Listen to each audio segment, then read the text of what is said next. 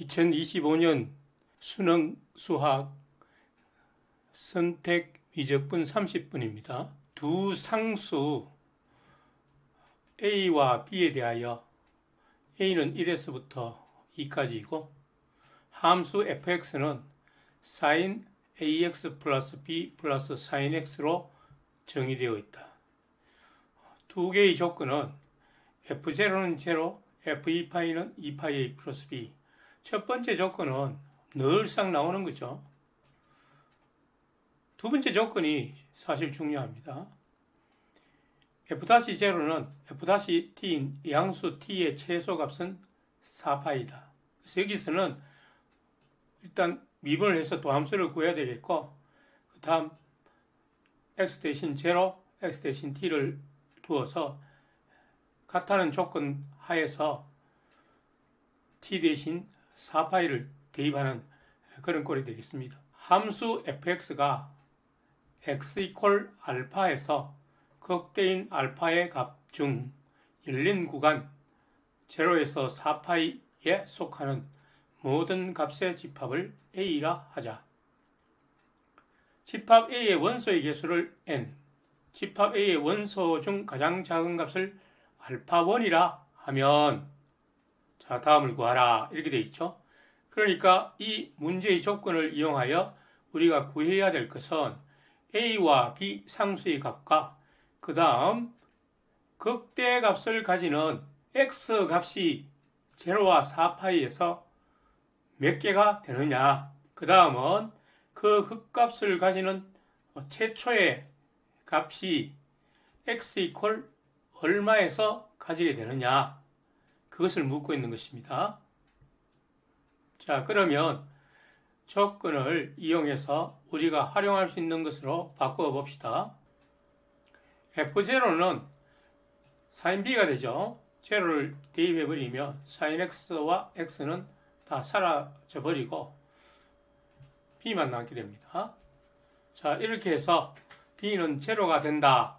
이 뜻은 b가 파이의 정수배가 된다는 것을 의미하죠. sin x는 오직 파이의 정수배에서만 성립되기 때문입니다.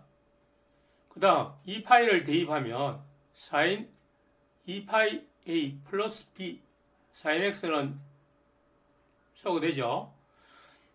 자, 이것이 2파이 a 플러스 b가 되기 때문에 이 뜻은 2파이 a 플러스 b가 제로가 된다는 뜻입니다. 왜냐하면 2파이 a 플러스 b를 우리가 x라 두고 생각할 것 같으면, 혹은 뭐 t라 두고 생각할 것 같으면 sin t가 t가 된다는 것은 sin x의 그래프죠. sin t의 그래프와 y 이퀄 t의 그래프가 어디서 만납니까? 오직 한 군데서 만나죠. 제로 값에서 만납니다. 자, 이것은 우리가 삼각함수에 관한 문제를 조금만 풀어본 학생이라면 직관적으로 알 수 있을 것입니다. 자, 이렇게 해서 b는 마이너스 2a 파이가 나오기 때문에 a 값을 알면 b 값을 알 수 있다는 뜻이 되겠죠. 혹은 그 반대로 성립이 되겠죠. 자, 그럼 다시 도함수를 구하면 코사인 ax 플러스 b 플러스 sin x, 그리고 속함수를 한번 미분해서 a 마이너스 코사인 x가 곱해집니다.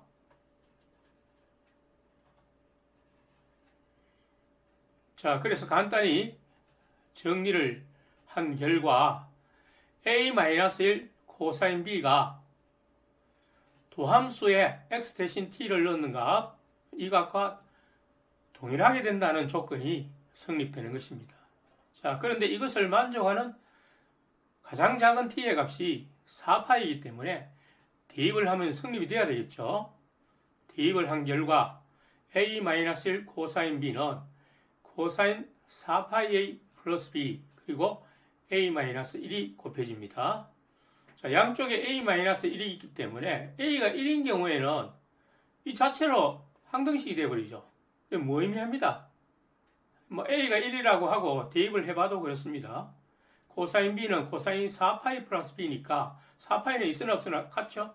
그리고 코사인 B는 코사인 B가 되어서 아무런 의미가 있는 식이 되지 못합니다. 자, 그래서 우리가 값을 구하기 위해서 이 A-1을 소거하고서 이 값이 같다고 우리가 가정하고서 문제 해결을 시도해야 되겠죠. 그래서 A가 1이 아닐 때 A-1은 양변의 약분을 쳐버리고 코사인 B는 코사인 4파이 플러스 B에서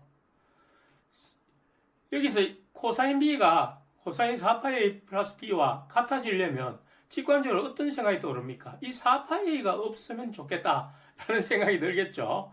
그러니까 이게 없어지려면 이 4파이라는 값이 2파이의 정수배가 되면 되는 것입니다. 그럼 아까 1 같은 경우는 이 소거되니까 아무런 의미가 없었고, 그럼 이게 2파이가 되기 위해서는 A가 무엇이 돼야 됩니까? 2분의 3이 되면 되죠. 2분의 3은 A의 범위인 1과 2 사이에 존재하므로 성립이 되는 것입니다. 나머지는 아무것도 성립이 안 되고 있어요. 그래서 A가 2분의 3이라는 것을 구할 수 있고, 따라서 B는 마이너스 3파이라는 값이 나오게 됩니다. 자, 이렇게 해서 문제는 거의 반을 지금 풀었습니다. 자, 또한 이 도함수에서 f-x는 코사인 이 값에서 요 마이너스 3파이가 좀 긁어지니까 각 변화를 시도해서 마이너스 3파이를 제거해 버립시다. 마이너스 3파이를 없애면서 이것은 마이너스가 앞으로 나가게 되겠죠. 왜냐하면 플러스 3파이와 같은 거니까 이 파이를 제거하고 나면 다시 플러스 파이가 되는 것이니까 나머지를 예각으로 본다면 3, 4분면으로 넘어가는 거니까 3, 4분면에서 코사인 값이 마이너스가 되니까 마이너스를 부호를 내주고 이 값을 없애야 됩니다. 너무 상세하게 설명하는 것 같습니다. 자, 코사인 2분의 3x 플러스 사인 x 곱하기 2분의 3 마이너스 코사인 x는 제로가 되는 값을 찾아야 되죠. 그래서 그 양쪽에서 플러스에서 마이너스로 변하는가를 조사를 해야 되는 것입니다. 그래야만 극대값이 될 수 있죠. 근데 여기서 2분의 3 마이너스 코사인 x는 또 없애고 이 부분만 생각을 해도 됩니다. 왜냐하면 2분의 3 마이너스 코사인 x는 언제나 양수이기 때문에 코사인 x가 마이너스 1에서 1까지 제한을 받기 때문에 반드시 양수가 되는 거죠. 따라서 f-x가 제로인 x 값을 구해야 되겠습니다. 그 값들을 작은 순으로 우리가 여러 개가 나올 가능성이 있으니까 알파1, 알파2, 알파3라고 본다면 우리가 지금 원하는 것은 알파1이거든요. 그래서 최초로 만족하는 값을 구하면 되겠습니다. 코사인 3분의 2 알파 플러스 사인 x는 제로를 만족하는 값은 여기서 사인 x가 좀 값이 긁어치죠. 이 가로는 미스프린트입니다. 사인 x가 좀 긁어친다는 느낌이 있죠. 이게 긁어져버려서 이 문제를 어떤 식으로 풀어야 되나 고민하다가 넘어가면 안 됩니다. 그럼 이때까지 시간 소모했는 게 손해죠. 코사인 2분의 3 알파 플러스 사인 x에서 사인 값을 우리가 생각을 하면 알파가 이 값이 제로가 되는 값을 생각을 하게 되면 x가 파이, 2파이, 3파이 이와 같이 정수배에서는 사인 x가 날아가는데 여기서 알파가 파이일 때는 이것이 제로가 되죠. 그러나 2파이 같은 경우는 3파이가 되니까 곱해서 제로가 되지 않고 마이너스 1이 됩니다. 그래서 최초의 값이 파이라는 것을 알 수 있습니다. 그래서 알파가 파이라는 것을 찾아내어서 알파1을 우리가 구하게 된 거죠. 다시 말하면 이 안의 값 전체가 2분의 3파이가 되어야 도함수가 플러스에서 마이너스로 변해가는 제로값이 된다는 것입니다. 그럼 이것만 존재하는 것이 아니죠. 이게 최초의 값이고 그 다음에는 제로와 4파이 사이에 쓰라고 했기 때문에 이 값 전체가 지금 2분의 3파이가 나왔기 때문에 그 다음에가 2분의 2파이가 더 들어간 값, 2분의 7파이, 또 2파이가 더 들어간 값, 2분의 11파이도 극대값을 가질 수 있다는 거죠. 그런데 제로와 4파이 사이에서만 가진다고 한 거 아닙니까? 그렇게 질문할 수 있겠죠. 맞습니다. 제로와 4파이에서만 만족이 되는데 그것은 x의 값이 그렇다는 거죠. 그래서 여기서는 2분의 3알파, 2분의 3x가 곱해져 있기 때문에 사실은 여기에 4파이를 대충 집어넣으면 6파이까지 가능한 거예요. 그러니까 제로와 6파이 사이에서 결국 이 세 개의 값이 만족을 한다는 거예요.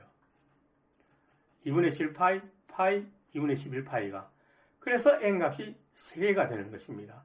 여기까지 잘 풀어놓고 깜빡 착각을 해서 이건 안 되는구나 해서 버리면 안 되는 거예요. 여기까지 다 들어갑니다. 그래서 만족하는 알파 값이 3개가 되는 거예요. 그래서 이 문제가 정확하게 이 문제를 알 수 있고 아주 많이 연습된 이와 같은 비슷한 문제들을 많이 연습한 상태라야 여유있게 이런 생각을 가질 수 있죠. 아무리 계산을 정확하게 하고 이 개념을 파악한다 하더라도 시간이 쫓기다 보면 이런 것들까지 생각이 안 나는 수가 많습니다. 착각해버리죠. 그래서 2분의 11파이를 제외할 수 있는데 2분의 11파이가 들어갑니다. 그래서 근의 개수는 3이 되고 최초의 알파 값은 파이가 되는 것입니다. 자, 이렇게 해서 우리는 A, B, N 알파를 다 구했죠. 이제는 대입만 해서 유치원 실력만 발휘하면 되겠죠. P 플러스 Q는 17. 자, 그 다음은 특별히 어려운 문제들은 없는데 개념적으로 많이 헷갈려하는 부분들이 있기 때문에 학통 29번을 한번 풀어보도록 하겠습니다. 학통 29번은 두 개의 확률 분포를 설명하고 있습니다. 하나는 평균이 M1, 표준 편차가 시그마 1를 따르는 확률 변수 X와 그 다음 평균은 M2, 표준 편차는 시그마 2를 따르는 확률 변수 Y가 다음 조건을 만족시킨다 라고 했죠. 자, 모든 실수 X에 대하여 X가 0보다 작거나 같을 확률은, 즉 면적은 그 말이죠. X가 40-X보다 크거나 같을 확률, 즉 면적과 일치한다 라고 했는데 이것은 아마 중위권 이상의 학생들이라면 많은 문제들을 대했을 것입니다. 양쪽의 면적을 이야기하는 거죠. 그러니까 그래프가 대칭이 된다는 점을 생각하면 이 두 개의 값의 중간에 평균이 위치하고 있다는 것을 직관적으로 알 수 있습니다. 따라서 그렇게 해서 평균을 구할 수 있고, 그 다음 두 번째가 이제 우리 해석을 잘 해야 되죠. Y가 X보다 작거나 같아일 확률, 즉 두 번째 확률 밀도 함수에서 변수 X보다 작거나 같아일 확률이 모든 실수 X에 대하여 X가 X 플러스 10보다 작거나 같아일 확률과 같아. 이렇게 되어 있죠. 그래서 두 개의 확률 분포는 서로 다른 분포입니다. 하나는 Y이고 하나는 X입니다. 자, 그러면 이것이 모든 스몰 x에 대해서 성립하고 있기 때문에 이 두 함수의 그래프는 어떨까요? 합동이죠. 모든 x에 대해서 성립이 되려면 합동이 되지 않으면 모든 x에 대해서 성립이 될 수 없습니다. 여기 1일 때 이거는 11이 돼야 되고 이거는 2.3일 때 이거는 12.3이 돼야 되고 그것이 똑같은 높이를 다 가져야 되니까 합동일 수밖에 없습니다. 그럼 두 그래프가 합동이다라는 뜻은 무슨 뜻이죠? 표준 편차가 같다는 뜻이에요. 표준 편차가 다르면 절대 합동이 될 수 없죠.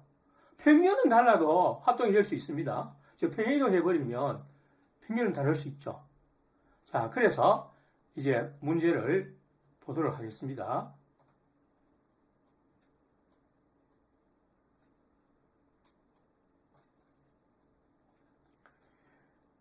X가, 즉 첫 번째 확률 분포도가 그 변수가 15에서 20 사이일 때 두 번째 확률 분포도의 분포가 15에서 20 사이의 이 확률과 합한 값이 오른쪽 표준 정규 분포표를 이용하여 구한 것이 0.477일 때라고 했으니까 0.477을 보면 변수 Z가 2.0이 되어 있습니다. 그죠?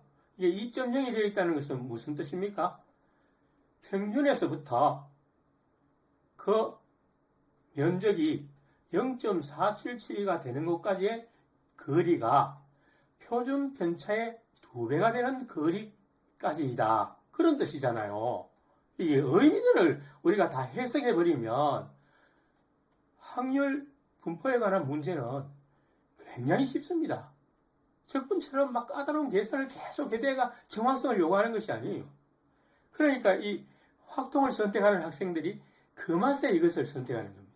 적분 같은 거 하려니까 개념이 어려워서 하려는 것보다 막 계산을 하고 정확성을 요구하고 하는 복잡한 계산을 계속 해대고 해야 하는 것이 귀찮고 힘들어서 확통을 선택해버리는 것입니다.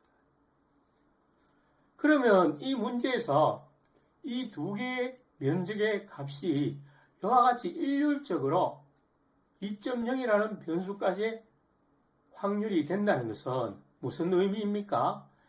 이 두 개가 대칭인 구조는 아니라는 거예요. 대칭인 구조라면 떨어져 있으면 그 두 개를 2로 나누면 어떤 값이 돼야 되는데 이 전혀 그런 2로 나누어서 될 값이 존재하지 않죠. 그러니까 우리가 직관적으로 이거는 떨어져 있는 것이 아니고 연결되어 있다라고 볼 수 있습니다. 중간에 어떤 값이 뚝 존재하고 다시 불연속적으로 연결되어 있다면 이 값을 표를 이용해서 구할 수가 없죠. 그러니까 이건 하나의 요령이죠. 그러니까 이게 연결되어 있다고 가정하면 이게 15에서 20 사이에 이 간격이 얼마나 됩니까? 5가 되죠. 또 여기서 15와 20 사이의 간격도 5가 되죠. 그러니까 합쳐서 얼마가 됩니까? 10이 되죠. 그럼 10이 되는 것이 2.0에 의해서 결국 10을 만들려면 표준 편차가 5가 되는 수밖에 없다는 거예요. 물론 다른 표준 편차를 생각해서 우리가 가정하더라도 뭐 반이나 0.3 이렇게 되더라도 여기에 해당되는 값들이 전혀 있을 가능성이 거의 없죠. 그러니까 직관적으로 시간이 급할 때는 그런 식으로 딱 답을 낼 수가 있는 것입니다. 그러나 일말의 여지 없이 우리가 확실하게 문제를 검토하고 마치기 위해서는 논리적으로 문제를 풀어야 되겠죠. 자, 그러면 문제의 조건에서 첫째 조건에서 양쪽의 변수를 합하면 평균이 된다.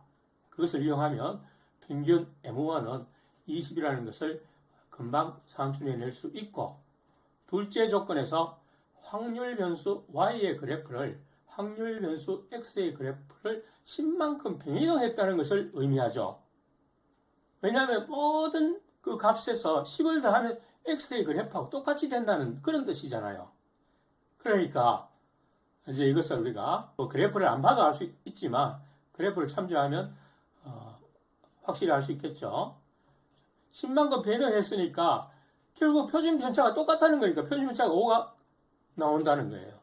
왜냐하면 2시그마니까 10까지 거리가 Z가 2이기 때문에 시그마가 2배가 걸린다는 뜻이 되잖아요. 그러니까 시그마 1이 시그마 2하고 같을 뿐만 아니고 2시그마가 된다는 거니까 시그마가 5가 된다는 뜻이죠.